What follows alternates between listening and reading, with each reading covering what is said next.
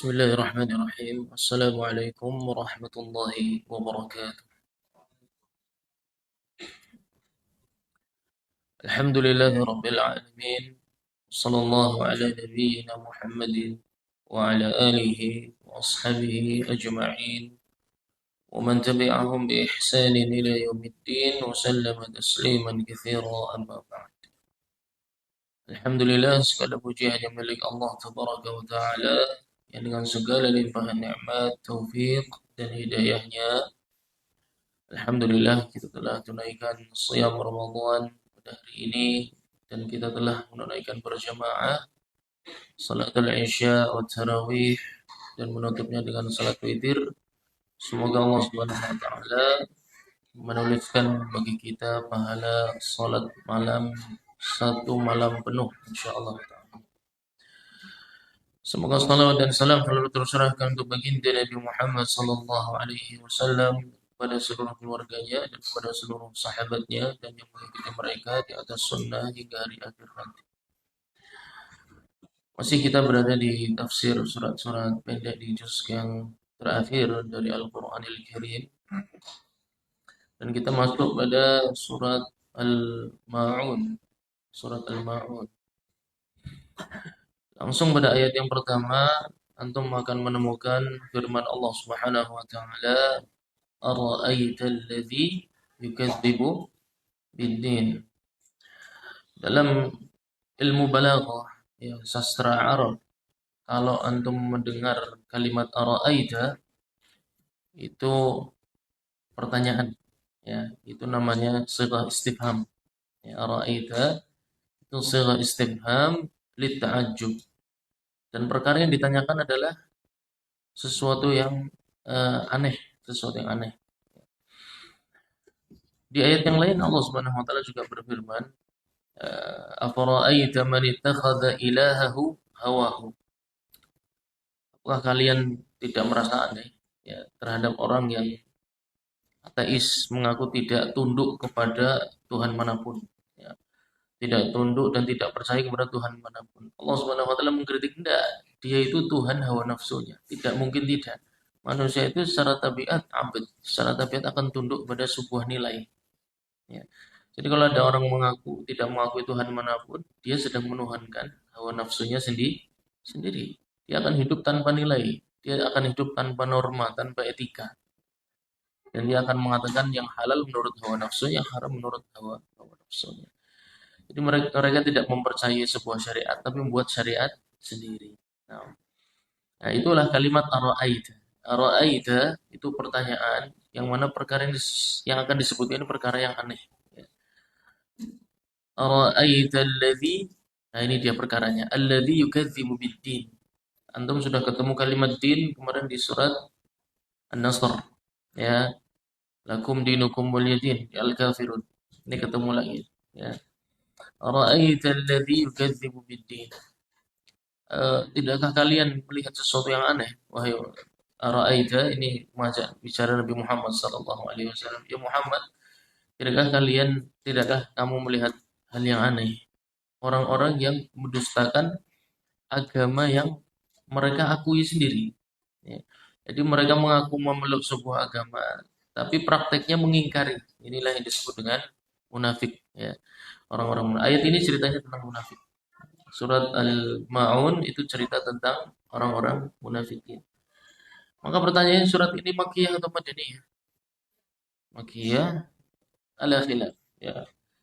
Surat ini khilafiyah. Sebagian ulama mengatakan Makkiyah karena memang ada kisah tentang laki-laki Al-As bin Wa'il, laki-laki tentang Abu Lahab. Orang-orang itu lagi, ya, orang-orang masih orang-orang yang sama. Yang musyrikin Quraisy matu ala kufur, ala syirik, wafat dalam keadaan musyrik. Tapi kalau antum melihat ayat ini cerita tentang munafikin, sedangkan di kota Mekah, di zaman dakwah Nabi Shallallahu Alaihi Wasallam, di era kota Mekah itu belum ada orang munafik. Jadi orang munafik itu adanya di zaman setelah hijrah Nabi Shallallahu Alaihi Wasallam atau di era Madinah. Ya. Maka para ulama melihat bentuk suratnya, isinya madaniyah sekali karena bicara tentang orang munafikin. Ya. Tapi di balik kisah itu ada perbuatan tadi Al-As bin Wa'il, Abu Lahab dan lain sebagainya, nanti ada di sini disebutkan di banyak sekali kitab tafsir, di At-Tabari ada, di Ibnu Katsir juga ada. Baik. Ara'aita alladzi yukadzibu bid-din. Apakah engkau tidak melihat hal yang aneh wahai Muhammad? Orang-orang yang mendustakan tentang din di sini adalah hari akhir. Ya.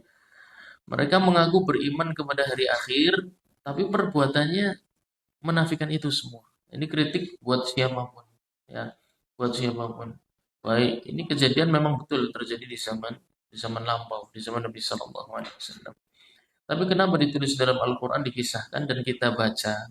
Tujuannya bahwasanya bisa jadi sifat-sifat itu menempel pada diri kita. Waliyahudillah. Wassalamualaikum.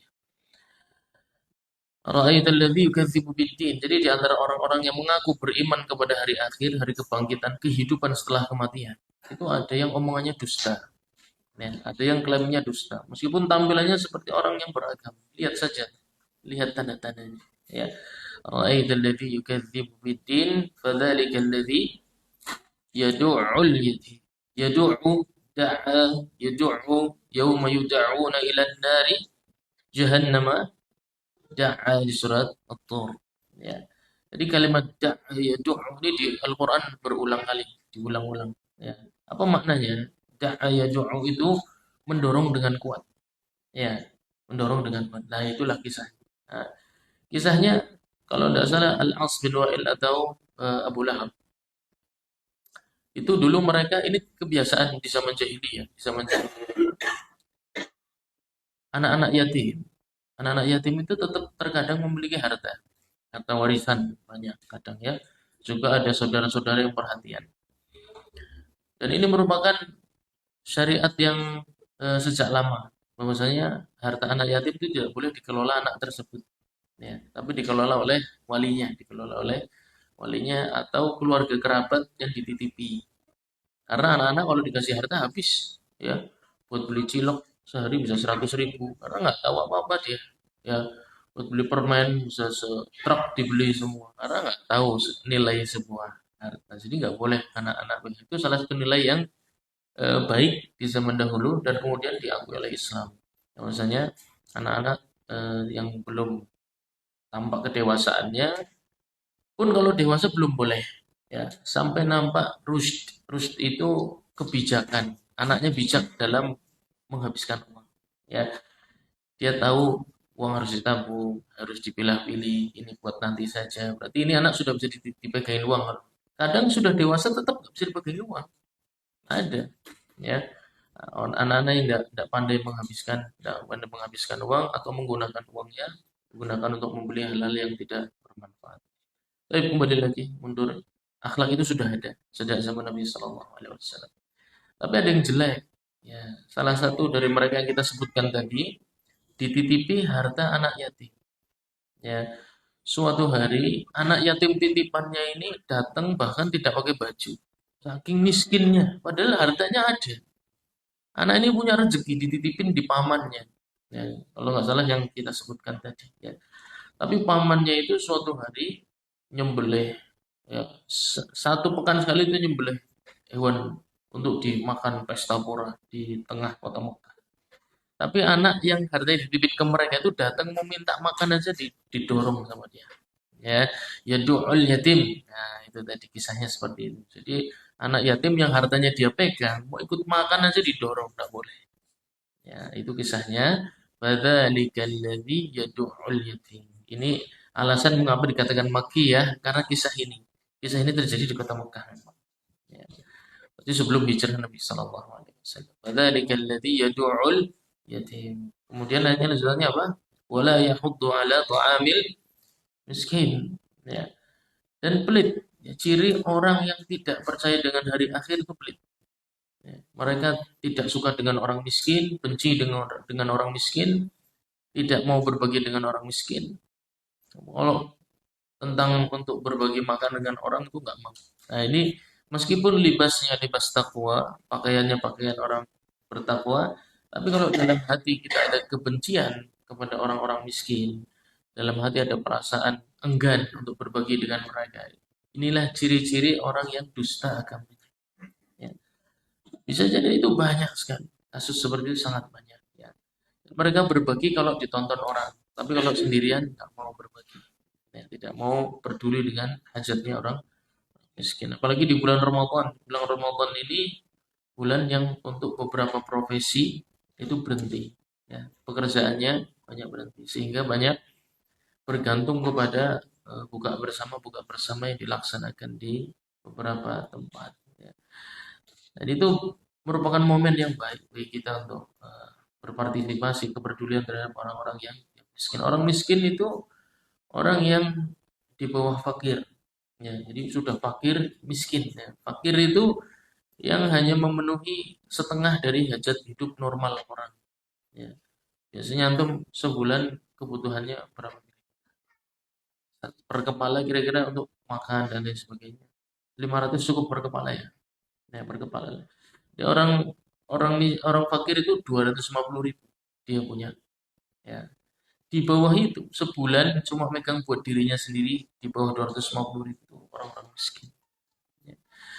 Dan tidak ada kepedulian, tidak ada keinginan terhadap mereka. Itu ciri bahwasanya agamanya dusta. Ini mengatakan Allah Subhanahu wa taala. Ya. Wala yahuddu ala ta'amil miskin. Kemudian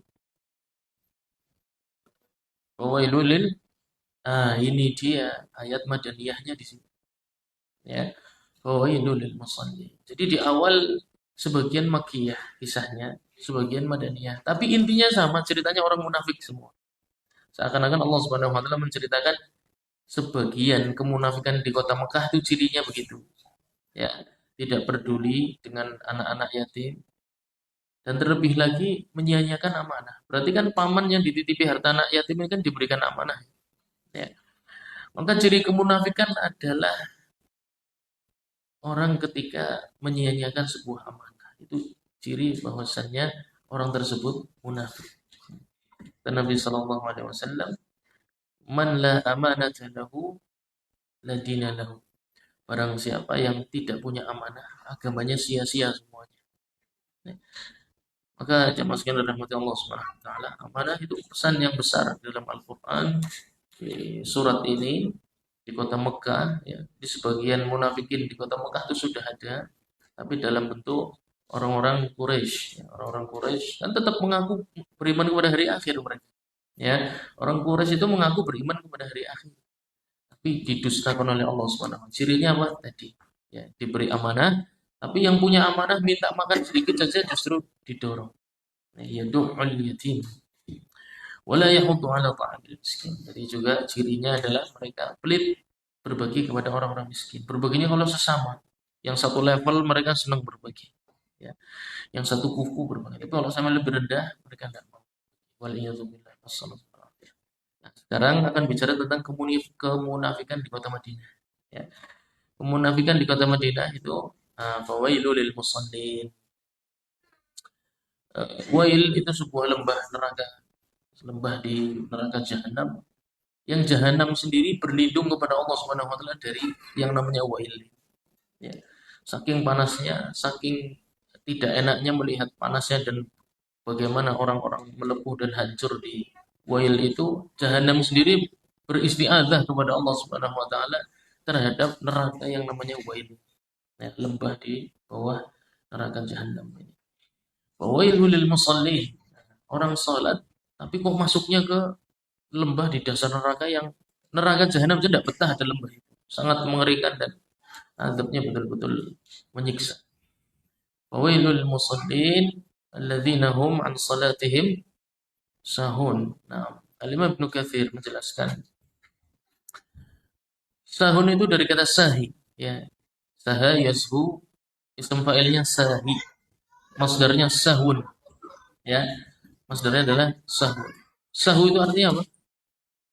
Nah, antum kan sudah belajar sujud sahwi, ya. Sahwu itu di situ, ya. Jamaknya sah, mufradnya perbuatannya sahwu, ya. Sahwun, pelakunya sahin, jamaknya sahun, ya.